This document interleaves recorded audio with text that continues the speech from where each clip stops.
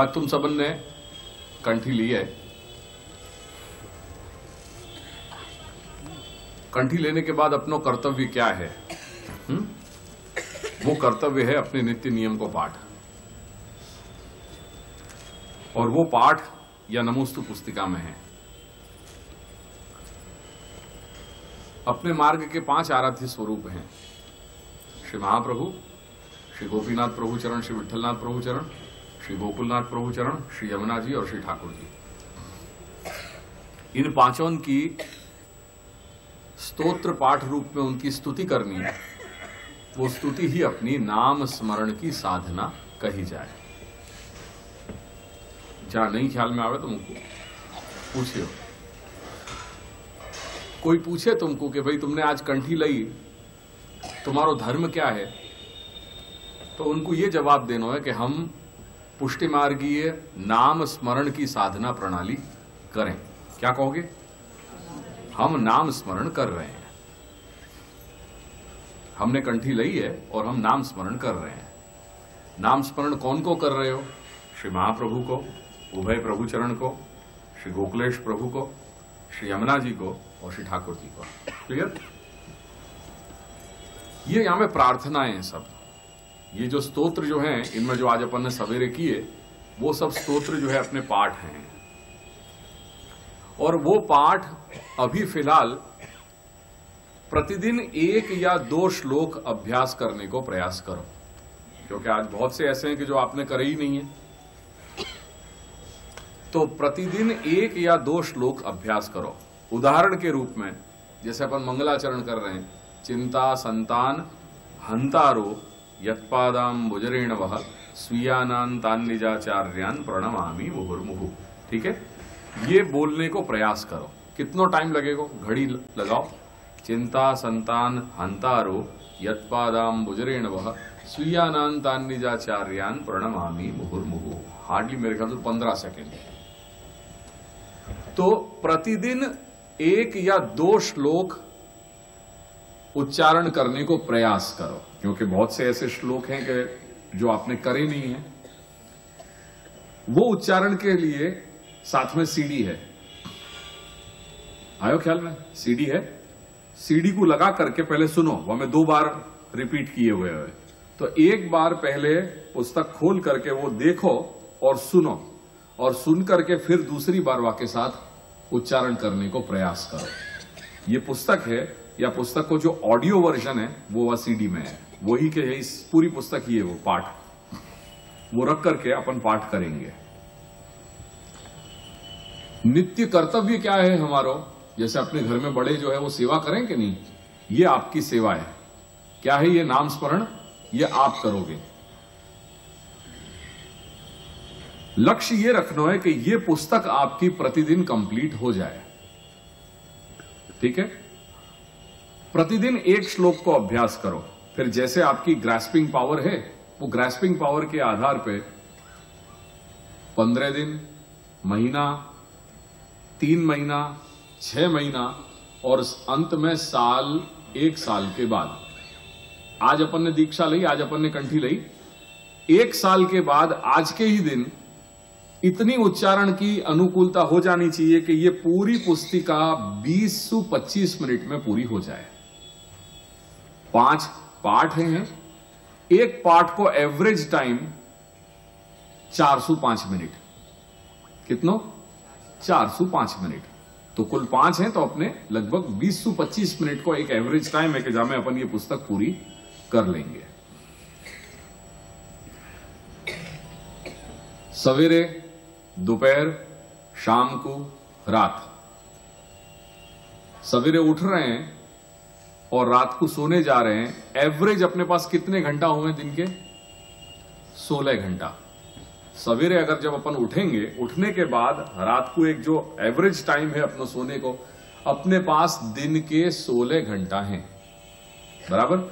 16 घंटा में से तुमको जब समय मिले वो टाइम एडजस्ट तुम्हारे हिसाब से कर लो और पाठ अपने कर लो। सवेरे करना है सवेरे करो, दोपहर में करना है दोपहर में कर लो, शाम को करना है शाम को कर लो, रात को करना है तो रात को कर लो। The choice is yours. आयो ख्याल में?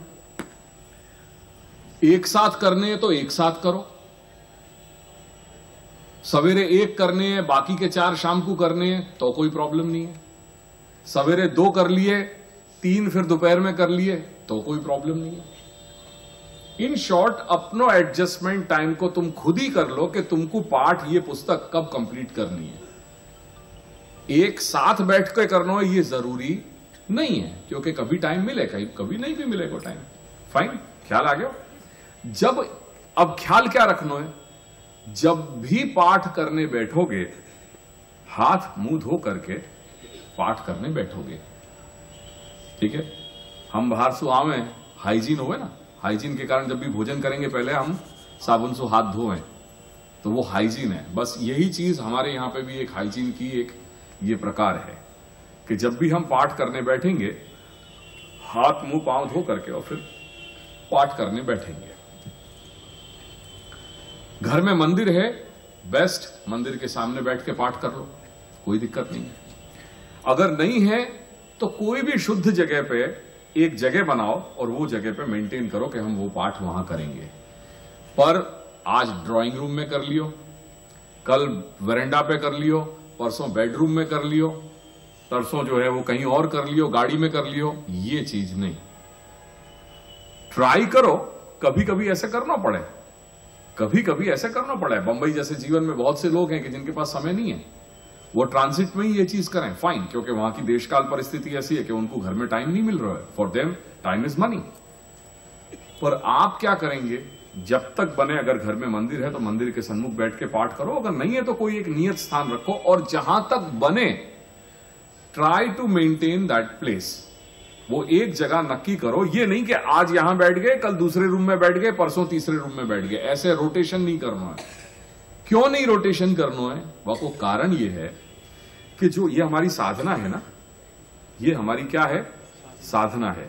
साधना पवित्र स्थान पे हो गए, साधना के कारण स्थान भी पवित्र बन जाए। पवित्र स्थान पे हम साधना कर रहे हैं, पर मान लो स्थान पवित्र नहीं भी है, सामान्य है, जैसे कहीं मंदिर है तो वो पवित्र है ही है भगवान के कारण। पर अगर नहीं है, मंदिर घर में नहीं है, तो जहां आप साधना करोगे, जहां ईश्वर को स्मरण करोगे, वो जगह पवित्र बन जाएगी। आयो ख्याल में? यानी ये पावर है, ये पाठ में ये पावर अपने अंदर है कि अगर सच्चे दिल से भगवान को याद करेंगे तो अपन तो पवित्र हो ही रहे हैं, अपने साथ साथ अपन घर के जो वातावरण है वाको भी अपन पवित्र बना रहे हैं। आयो ख्याल में? यानी जब बैठो तब वो एक जगह मेंटेन करो, क्योंकि वहां के वाइब्रेशंस सब जगह फील होंगे। यानी वो स्थान में वो चीज पावर आ रहे हो, तो ये चीज ध्यान रखियो। पाठ की चीज ख्याल में आ गई। ये अब उच्चारण पाठ के क्लियर हो जाएं, उच्चारण स्पष्ट हो जाए और उच्चारण अपन अनुकूलता से कर सकें, ये आपको पहलो फेज है, फर्स्ट फेज ये पूरे प्रोसेस को। ठीक है? एक बार जब उच्चारण क्लियर हो गए, स्पष्ट हो गए, वाके बाद दूसरी स्टेज आएगी कि जब आप ये पाठ कर रहे हो, इनके सरल शब्दार्थ भी आप समझ लो, वो भी जरूरी है। ये आपकी सेकंड स्टेज है। वो सेकंड स्टेज आप 6 महीना, साल जब भी आपको करनी है, वो 6 महीना, साल भर के बाद भी आप वो स्टेज शुरू कर सको। और वाकई लिए ये पुस्तक के जितने भी पाठ हैं, उन सब के अर्थ, सामान्य अर्थ पूरी हर जगह उपलब्ध हैं। हिंदी, अंग्रेजी, गुजराती, सब भाषा में उपलब्ध है। वो यालिए जरूरी है कि जब आप बोल रहे हो चिंता संतान हंतारो यत्पादाम भुजरेण वह स्वीयानान तान्निजाचार्यान प्रणमामि मुहुर्मुहु, तो वो आपके ख्याल में आना चाहिए कि यहां क्या बोल रहे हैं।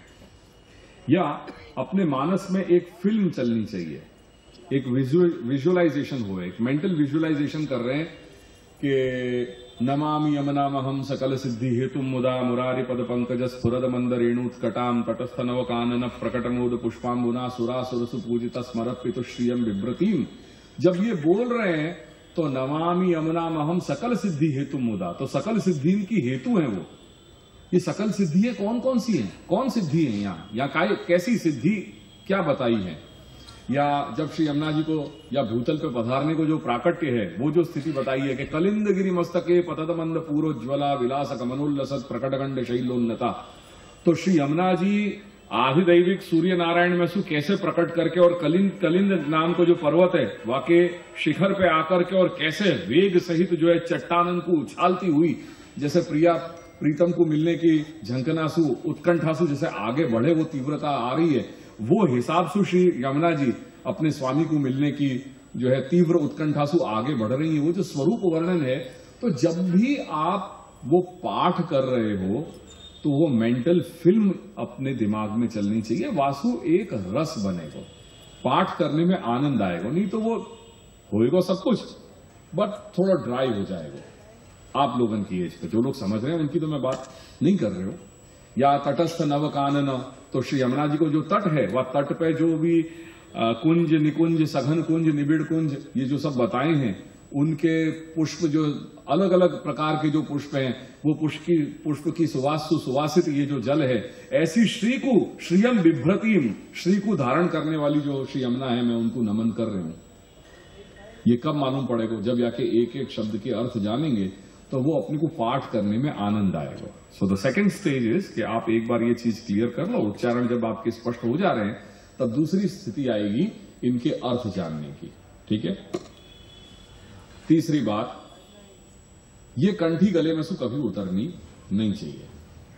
कंठी टूट जाएगी तो पहले अपन को कंठी पहननी है।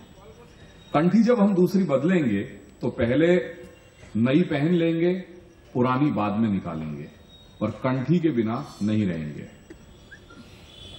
जब भी आप बाहर जा रहे हो, कहीं घूमने फिरने या आउट ऑफ स्टेशन कभी जा रहे हो, तो ऑलवेज अपने साथ 2 पैर कंठी की संग में रखो, ताकि कहीं जाने अनजाने अगर कंठी टूट जा रही है या निकल जा रही है तो बिना कंठी के हम नहीं रहेंगे। जो स्त्रियां हैं वो हर महीना चौथे दिन शुद्ध होने के बाद कंठी बदल लेंगे। या जैसे अपन कहीं कोई मरण इत्यादि में कहीं गए हुए, कोई लौकिक हेतु से गए हुए, तो वहां जाने के बाद भी कंठी बदलनी है, तो वो भी आने के बाद स्नान करके और कंठी बदल लेनी है। तो कंठी को स्टॉक ऑलवेज घर में मेंटेन करके रखियो। एक अच्छी बात यहां बनारस में ये है कि सबन को तिलक करने की परंपरा सब में है, आबाल वृद्ध, वो बहुत ही आनंद का विषय है। सो तिलक के लिए कुछ नहीं कहना, कंठी के लिए मैंने ये बात बता दी। चरणामृत, ये चरणामृत अपने यहां गोकुल में उपलब्ध है, वो चरणामृत भी अपन को लगाना। ये बीच में मैंने लगाया, ये क्या है, ये चरणामृत है। गोकुल में जो श्री बैठक है अपनी, जहां दादाजी विराज रहे हैं, वहां रज है, ये वो रज है। तो ये वो वहां से लेकर के रोज अपने नेत्रन पे, थोड़ा सा मुख में और यहां लगाओ। तो ये चरणामृत, प्रसादी कंकु और कंठी, ये बात है। कंठी को स्टॉक ऑलवेज मेंटेन करना। कंठी निकल जाए तो पहले कंठी धारण करनी है।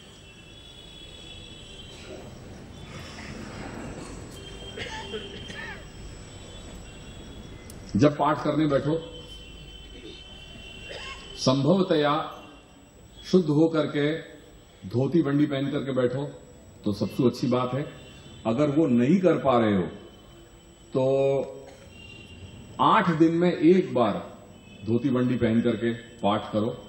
वो संभव नहीं है तो 15 दिन में एक बार, वो संभव नहीं है तो महीना में एक बार ऐसा टाइम निकालो कि आधा घंटा हम घर में धोती बंडी पहने, क्योंकि वो हमारी वैष्णव संस्कृति है।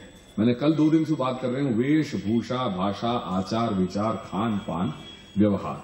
आपके घर में आपके बड़े क्या कर रहे हैं वो विषय आपको नहीं है, आप क्या करोगे अब आज के बाद, क्योंकि आप या घर के सेवक हो, तो सेवकत्वेन अब क्या कर्तव्य है। आपके परिवार में जो कोई भी बड़े हों, उनको धर्म की बातों में कुछ भी नहीं पूछना है।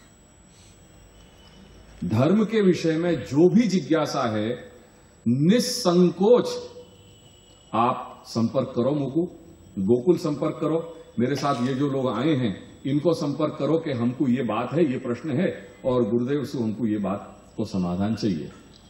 ये बात मेरे पास आएगी और मैं कैसे भी करके वाको में समाधान देने को प्रयास करूंगा।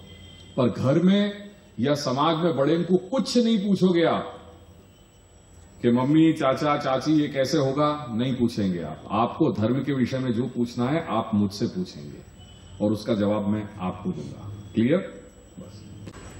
बस फिलहाल के लिए इतनी सूचना। बिल्कुल ठीक है। और कुछ रह जा रहे हो भाई? ठीक है, कुछ पूछना है?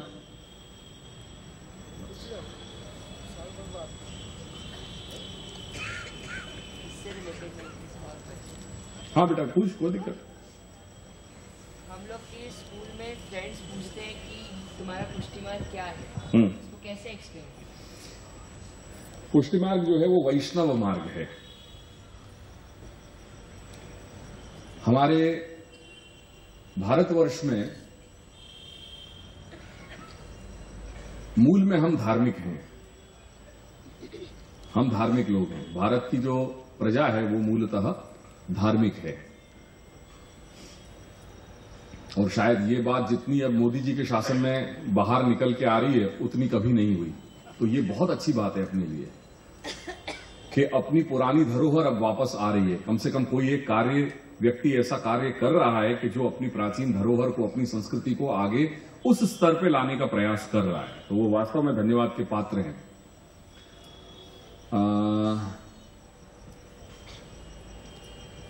शास्त्रों में अनेक धर्म बताए हैं, उसमें से जो हमारा धर्म है वो है वैष्णव धर्म। वैष्णव कौन? आज अभी वहां पे बस बात चल ही रही थी, उनके भी प्रश्न आए थे, उसका भी मैं यहां थोड़ा उल्लेख करूंगा। वैष्णव किसे कहते हैं? जो विष्णु को मानता हो वह वैष्णव। वैष्णव जो शब्द है वो कहां से निकला है? उसके अगर मूल में जाओगे, विष्णु से जो जुड़ा हुआ हो, विष्णु से जो संबंधित है वो वैष्णव। हम अपना परिचय यही देते हैं ना कि हम वैष्णव हैं। तो वैष्णव शब्द कहां आया? विष्णु से।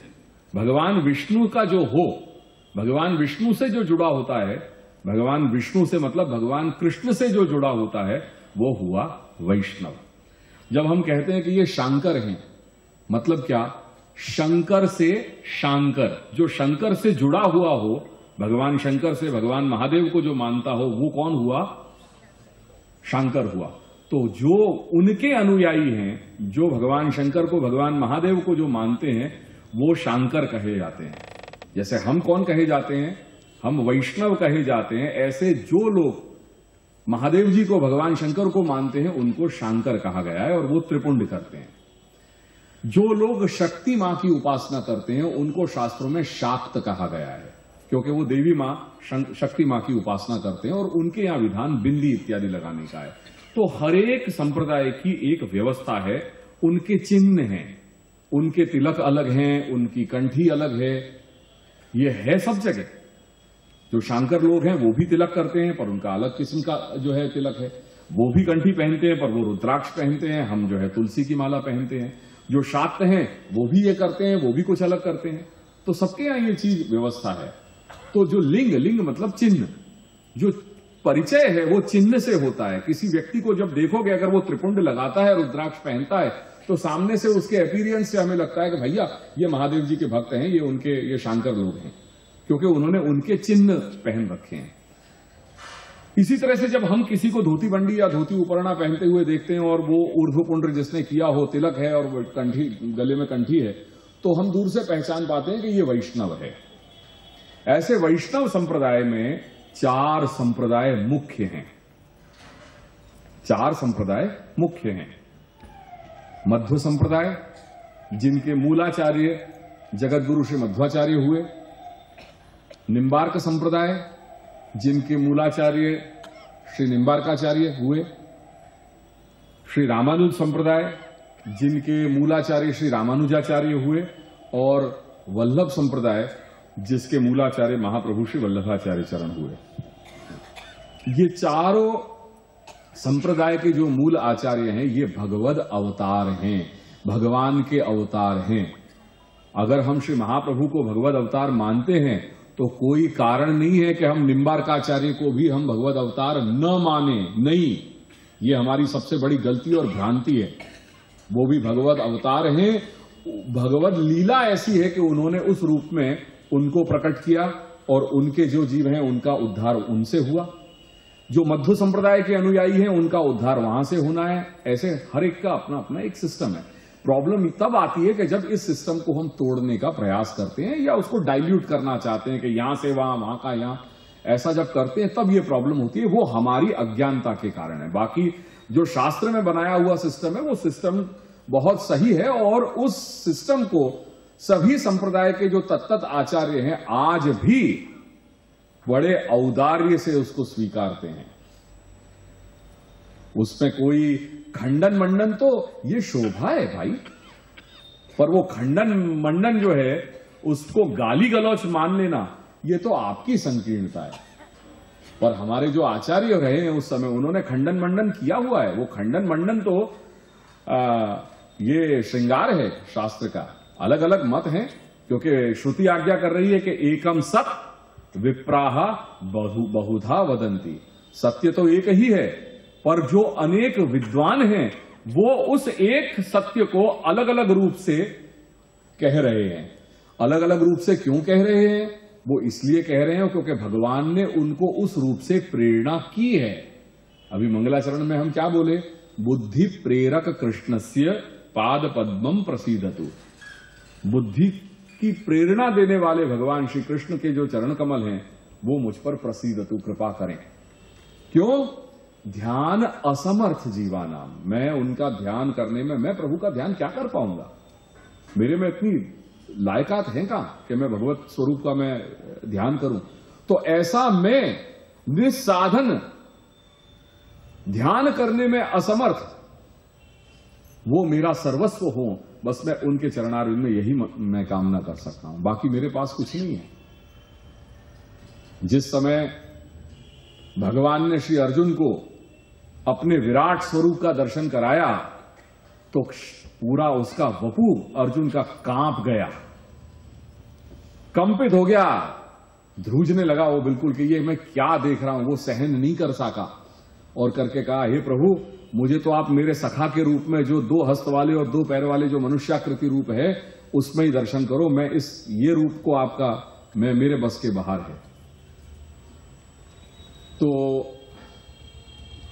ये सभी तत्त आचार्य जो है वो भगवद अवतार हुए हैं और सबने वो एक जो परम सत्य है उसको अलग अलग रूप से कहा है। वो अलग अलग रूप से कहना वो कोई वाद विवाद नहीं है, वो रिचनेस है। जैसे कोई पेंटिंग है, वो पेंटिंग में जब कलर्स और टेक्सचर्स जब आ जाते हैं तो क्या चीज बनती है? तो वो विविधता जो है वो कोई केओस नहीं है। आज मैं अभी 2 दिन से घनश्याम भाई के साथ ये घूम रहा हूं साड़ियों का देखते देखते, तो दिमाग मतलब ये हो जाता है कि ये क्या है ये। पर अब जब इनको पूछेंगे तो इनको उसमें विविधता लगती है। तो ये कोई केओस नहीं है पर ये विविधता है। श्री प्रभु ने ये जो सर्जन बनाया है वो अखिल कोटि ब्रह्मांड, उसमें पिपीलिका कीट पर्यंत जो कुछ भी है, जो माइन्यूट एटम्स से लेकर के जो कुछ भी बड़ा जो फिजिकल मैटर है, वो उसका कभी आकलन विज्ञान कर पाया है? नहीं कर पाया। आज भी जो मॉडर्न फिजिसिस्ट हैं वो आज हैरान हैं कि जितना वो शोध करते जा रहे हैं उतना वो ये भी पा रहे हैं कि हम कितना कम जान रहे हैं हमारे इस ब्रह्मांड के बारे में। तो वो तो जस्ट एक ग्रॉस फिजिकल मैनिफेस्टेशन है। तो जहां ग्रॉस फिजिकल मैनिफेस्टेशन में ये चीज दिखाई दे रही है तो जो मूल तत्व है उसको तो कहां खोज पाएंगे? वो तो अनंत है। तो वो एक परम सत्य को अलग अलग रूप से कहा। वो जो अलग अलग जो विविधता है वो श्रृंगार है, वो मंडन है, वो कोई केओस नहीं है, वो कोई वाद विवाद नहीं है। क्यों? क्योंकि भगवान ने उन्हें एक रूप से उसका परिचय कराया। तेरे पास वो है बर्टन रसेल की द प्रॉब्लम्स ऑफ फिलॉसफी, जरा देख। वो को प्रीफेस जो है, वो को प्रीफेस अगर हो तो निकाल करके दे। वेस्टर्न फिलॉसफी के एक बहुत बड़े दार्शनिक हुए थे इस सदी में, बर्ट्रैंड रसेल। उन्होंने एक पुस्तिका प्रारंभ की वेस्टर्न फिलॉसफी के लिए लिखी थी, द प्रॉब्लम्स ऑफ फिलॉसफी। उसका प्रीफेस जो है उसमें अपीरियंस एंड रियलिटी, ये एक उसमें चैप्टर है, और उसमें उन्होंने जो अपीरियंस और रियलिटी के बीच का कैसे क्या चीज स्थिति है उसको बहुत खूबसूरत रूप में से समझाया। जरा अगर मिलेगी तो मैं वो 2 उसके वाक्य पढ़ के सुनाना चाहूंगा। तो ये विविधता है, इसलिए श्री मध्वाचार्य को भगवान ने जिस तरह से प्रेरणा की उन्होंने उनका उस स्वरूप से वर्णन किया। निम्बार्काचार्य को जिस तरह से प्रेरणा की उन्होंने उस रूप से वर्णन किया। रामानुजाचार्य को उन्होंने जिस प्रकार से प्रेरणा की श्री रामानुजाचार्य ने उस प्रकार से प्रतिपादन किया, और श्री महाप्रभु को जिस रूप से प्रेरणा की उस रूप से वो प्रतिपादन हुआ। श्री महाप्रभु का जो मत है उसको हम पुष्टि मार्ग के रूप में जानते हैं। उनका जो तत्व चिंतन है उसको हम ब्रह्मवाद के रूप से जानते हैं। जो ब्रह्मवाद है उसका तात्पर्य है, मैं डिटेल में नहीं जा रहा हूं। मैं श्री महाप्रभु ये कहते हैं कि ये सब कुछ जो है वो परमात्मा है, पदार्थ मात्र भगवत रूप है, ये जगत सत्य है, संसार मिथ्या है, इत्यादि इत्यादि। ये मोटी मोटी बातें हैं हर एक के दर्शन की, और इसमें विभिन्न विभिन्न आचार्यों के अलग अलग मत मतांतर हैं। हैविंग सेड दैट, पुष्टि मार्ग जो है वो पुष्टि का मतलब है, मार्ग मतलब रास्ता, और पुष्टि का मतलब है अनुग्रह, कृपा, पोषण। तो ये जो मार्ग है ये कृपा का मार्ग है, ये भक्ति का मार्ग है, ये अनुग्रह का मार्ग है। अनुग्रह, कृपा, पोषण, पुष्टि, ये किसके? ये भगवान के अंदर रहे हुए जो अनेक धर्म हैं, वो अनेक धर्मों में से एक विलक्षण, विशिष्ट, एक्सक्लूसिव, स्पेशल एक धर्म है जिसको अनुग्रह कहा जाता है, जो धर्म का उपयोग भगवान हर एक के लिए नहीं करते। It is exclusively reserve for some special people. भगवान के बहुत से धर्म हैं, और भगवान के पास अनेक लोग अनेक प्रकार की कामना लेकर के आते हैं, और सबके डिपार्टमेंट अलग अलग कर रखे हैं। आप अगर गुजरात की समस्या को लेकर के आ रहे हैं, आप पीएम के पास डायरेक्ट मत जाइए। आपकी रूलिंग अथॉरिटी जो है राज्य के हैं, सीएम हैं, उनके पास जाइए, वहां से वो व्यवस्था हो जाएगी। जब यूपी में आए हैं तो यूपी में जो यूपी के सीएम है वहां से डीलिंग होगा। हाँ, जो चीज सेंट्रल को अप्लाई होगी वहां पीएम को अथॉरिटी होती है, तो वहां हर चीज का एक सिस्टम बनाया हुआ है। ऐसे ही भगवान ने भी सब सिस्टम बनाया हुआ है कि अच्छा आपकी ये मनोकामना है, ठीक है, तो इस मनोकामना को पूर्ण करने के लिए ये सारी व्यवस्था मैंने, ये जो सारे देवी देवता हैं इनमें से इन देवी देवता को सौंप रखिए, आप इनके पास जाइए, ये आपकी बात पूरे कर देंगे। ठीक है, अच्छा आपके पास ये आपकी मनोकामना है, ठीक है, आप इनसे, इन देवी देवता की उपासना करिए, इनके पास जाइए, इनकी पूजा पाठ करिए, इनके द्वारा आपका सब कार्य सिद्ध हो जाएगा। कोई एक ऐसा पहुंच गया कि मुझे तो ये सब चीज नहीं, मुझे तो आपके चरणारविंद से मतलब है, मेरे को कोई कामना नहीं है, मुझे तो बस भगवत भक्ति करनी है, आप मुझ पर प्रसन्न हो जाएं, बस यही है। तो कह रहे हैं कि तू आ, तेरा डिपार्टमेंट मेरे से डायरेक्ट जुड़ा हुआ है, मैं तुझे डील करूंगा, वहां कोई नहीं, कोई मीडिया नहीं होगा, तू डायरेक्ट मेरी ऑफिस में आ जा। तो ये जो पुष्टि मार्ग है वो हमारा ऐसा है कि जहां भक्त भगवान की डायरेक्ट डीलिंग है, कोई मीडिएटर अलाउड नहीं है।